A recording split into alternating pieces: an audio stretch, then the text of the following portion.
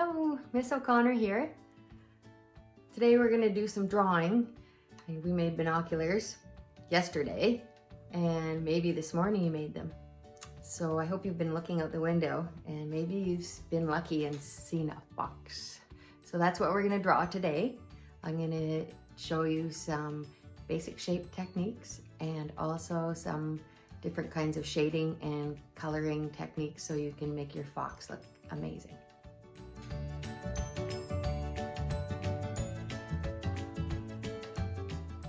Okay, I'm back. I'm gonna start drawing my fox now. I've got my iPad here with a nice picture of a fox trotting down the street, just like I remember going by, and when I saw him, I was trying to memorize the shapes of his body. It's so exciting to see a wild animal going down the street. So I'm going to start with the shape of his head, which is, I'm going to make a circle, and I'm going to add a triangle to show where his nose is. It looks sort of funny right now because I'm just putting on basic shapes. I'm going to put a triangle for the ear and a little triangle for the other ear here. I'm going to add a rectangle to show the shape of the body. They have a pretty long body. I use the head as a reference shape to show the relationship of how big the body is. So it looks like it's about 3 times the length of his head. I'm going to add the legs in now. I'm just going to make them stick legs to start, show where it's coming out. And I can kind of see that the front paw is coming right under where his nose is. And then this one is coming back like that. And then the back leg is coming out in an angle line like that, I call it. And then the one from behind is angled like that. So he's just trotting along. I'm going to indicate where the big bushy foxtail is now.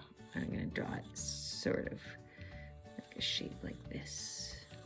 This is like an S, skinny old long S there, and I have a curve coming down here. I'm going to make that a bit S-shaped too.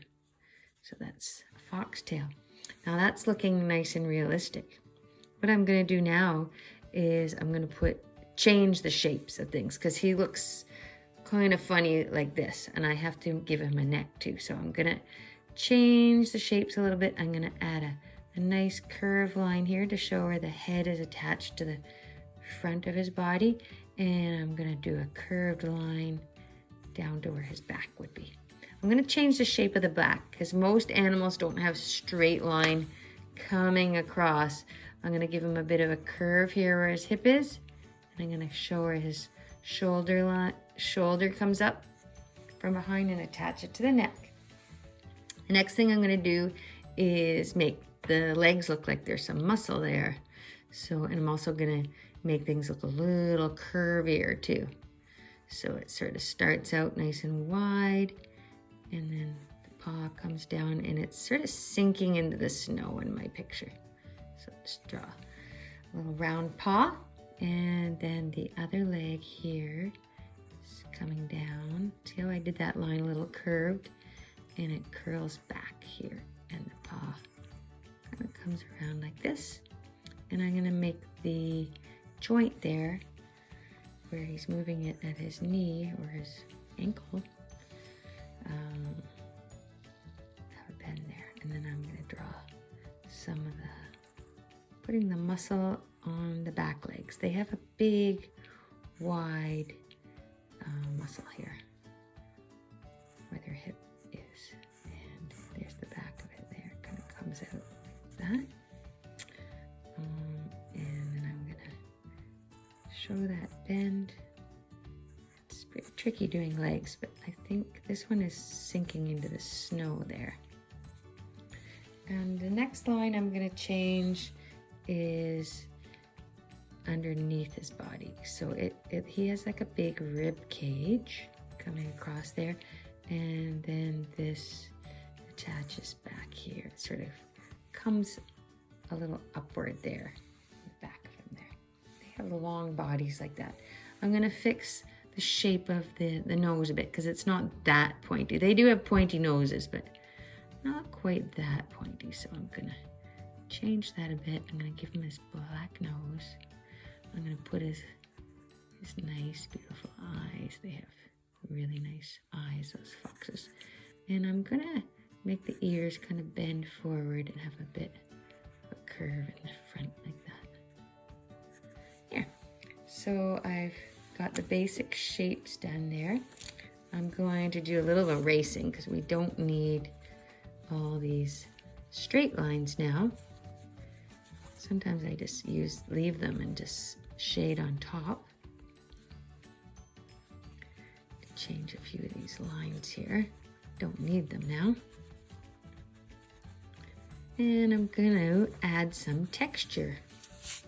I'm gonna add some texture. I'm gonna add some shading and some color.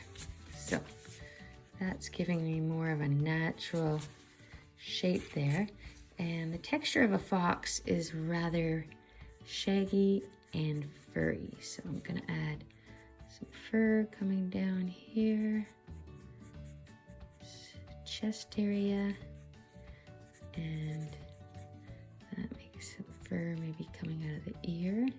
A lot of wild animals have sort of shaggy fur. So that gives them behind here, they've got some furry spots there to keep them nice and warm because they live outside. Yeah, that looks pretty good. I'm gonna get my colored pencils now and start some coloring. I've got them right here and I'm gonna show them to you because they're really cool. They have a lot of them have two colors in one pencil. So I like to use lots of different shades of colors. So I looked for all my orange and red pencils and some blues and maybe some golds, and I don't know what this one is. It's sort of a neutral peachy tone. And I've got a black here. So I'm going to use lots of colors to shade in my fox now. Try to get in nice and close here. I'm gonna start with using orange and smooth those aside. And you see how I'm holding this pencil? I'm holding it on the side. So then I can use a big area of the color to shade. And it's also quite, it makes it quite light. And you see how pretty that is? It goes on. It goes on. If you hold your pencil like the way you write usually, it makes kind of a line like that, which it's kind of interesting too. I hold my pencil both ways, but for shading in the first layer of a color and I'm filling in a big area, I use the side of my pencil and I hold it like as if I'm holding a spoon, gonna scoop in some cereal or some soup. So shade in. Oh, here, I'm gonna move my fox a little bit forward so make sure you can see the whole tail. I made my fox a little bit skinnier. A lot of the foxes are skinny when they're running around hungry in the winter. Depends on how cold it is, how bushy they get. There's a lot of foxes this year in town, I notice. And I don't know why there's so many. I've heard that they go with the cycle of coyotes.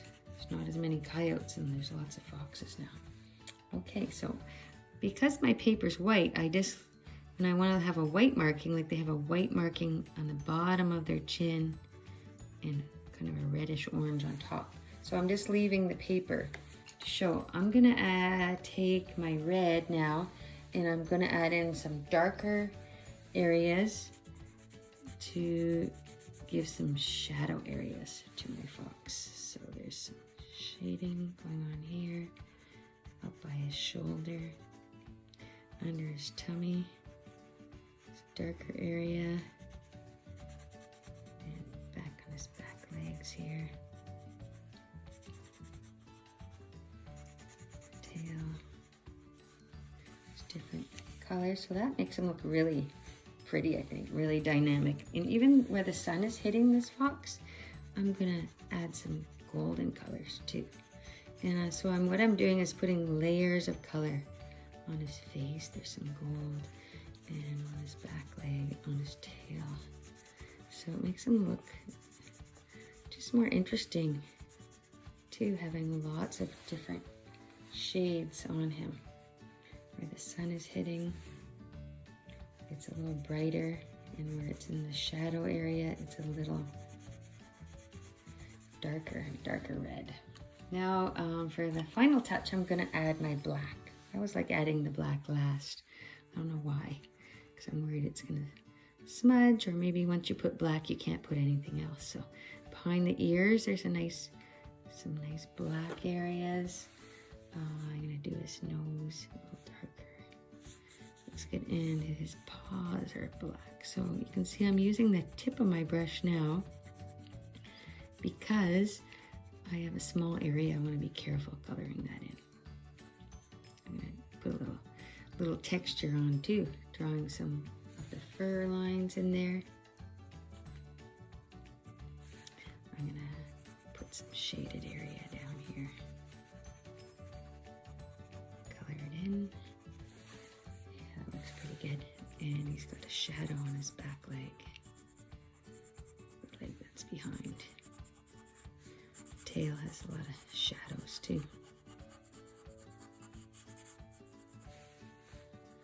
It's looking pretty good. I'm gonna give him a black paw at the back. This one's in the snow, so we can't really see it. So this one's going in the snow quite a bit too. And sort of emphasize the fur around his neck. When you want to emphasize things, you can outline it a bit. Might outline a little bit here, but I'm not going to outline the whole thing. There, it looks pretty good now, I think. I really wanted to do a different format, which means the shape that goes like the frame around it. So I'm going to use this container, this lid from Takeout Food that I have here. I'm going to use it to trace a circle. So I'm going to have a circular format because I think it looks like when I'm looking through my binoculars, I'm sort of looking through a circle, and I wanted to make it look like the fox is, I'm seeing the fox through my binoculars. I'm gonna add a little bit of blue, some shading to show the shadow, and a little bit of maybe a nice, some black too for the shadow, and some dark blue. Sometimes shadows, if you check out your shadow, you can see what color it is when you go outside. There's some nice blue in the background. That's blue and orange go together nice because they're complementary colors. That means they're opposite each other on the color wheel. I think some of you have made color wheels with me. Do you remember that? That was a lot of fun. I love looking at all the colors on the color wheel. See how they relate to each other. So I've got another blue here. I've got a really light blue. I just show maybe some texture on the ground. And anything else I want to do? That might be it. That's where I'm going to finish because it was snowy out there too. So I hope you have fun drawing your fox. I can't wait to see them. Bye.